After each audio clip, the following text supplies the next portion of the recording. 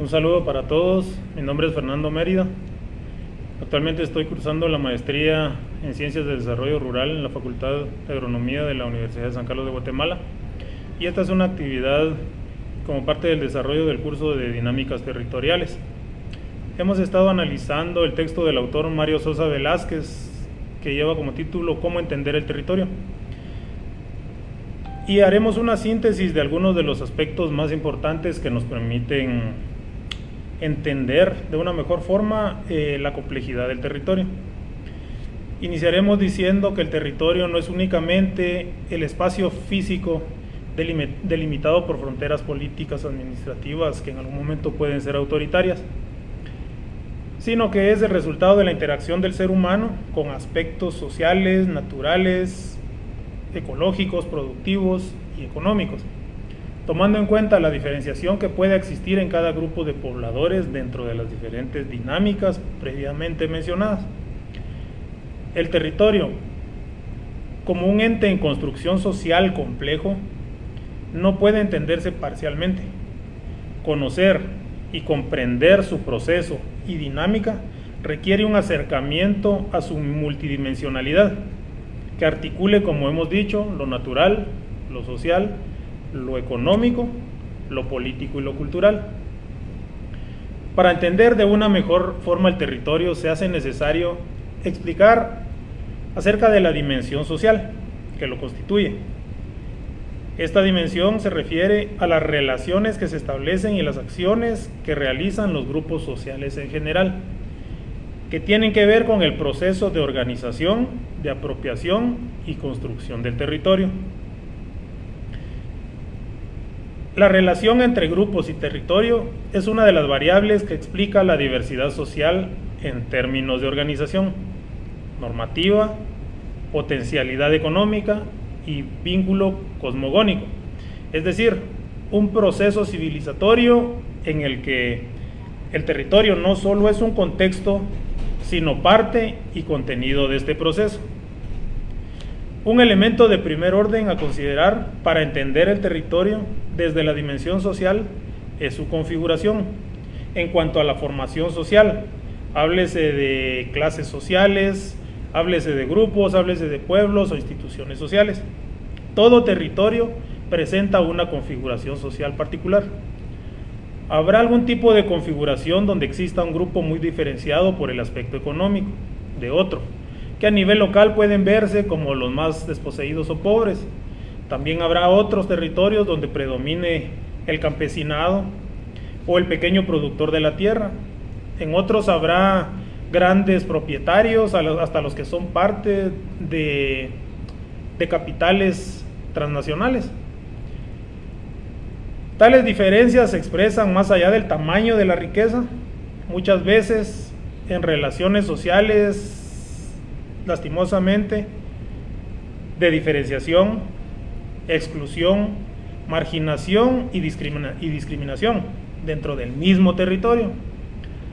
Aunado a esto y para mayor complejidad, el factor étnico, como el claro ejemplo que ocurre en una comunidad de un departamento del oriente de Guatemala, donde existe una dualidad entre lo que es el latifundio y el minifundio. En este lugar, los latifundistas o dueños de grandes terrenos es la gente ladina, y los que no tienen tierras o muchas veces muy poca cantidad de tierras son los indígenas.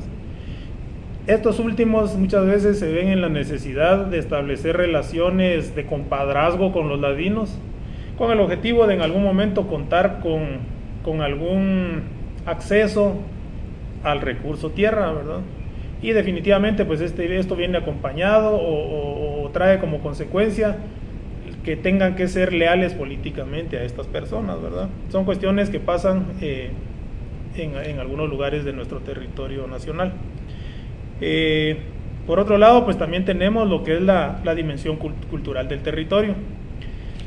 La cultura en el territorio incorpora una forma de ver el mundo y la vida, un modo de conocimiento y de comunicación que se concreta en signos, símbolos imaginarios o representaciones, valores, actitudes y prácticas que les da un sentido de trascendencia, donde el sujeto o los sujetos de la cultura se lo apropian simbólicamente, en donde el territorio les pertenece y en donde ellos pertenecen al territorio.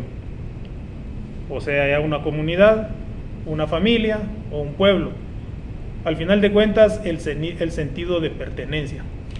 La territorialidad cultural se asocia con apropiación cultural, ya que ésta marca el territorio en lo histórico, en lo cotidiano, el diario vivir, convirtiéndolo en un tejido que hila lo natural y lo cultural.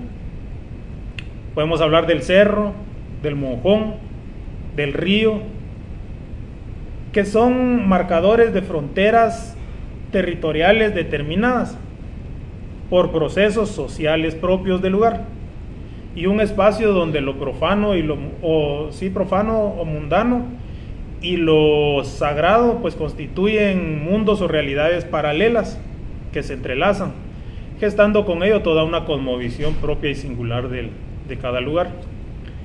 Cada sujeto cultural asigna un valor simbólico al territorio.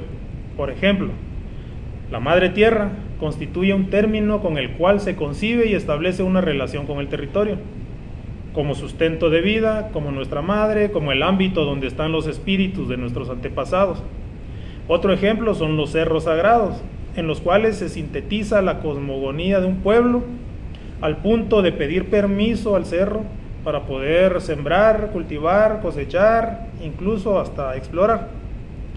Podemos decir entonces que el territorio es objeto de mitos y ritos que en todo momento suponen un respeto y ceremonialidad. El territorio es un elemento de la identidad de un grupo, que lo ubica como parte de lo propio y lo diferencia de lo ajeno. Grupos étnicos o pueblos originarios poseen un conjunto de características que los hacen diferentes a otras colectividades del mismo tipo. Dichos grupos y pueblos poseen un conjunto de elementos significativos, como lo es el idioma, la vestimenta, los mitos, los ritos y la propia cosmovisión, que los hace culturalmente diferentes a otros pueblos o etnias. Muchas gracias por su atención.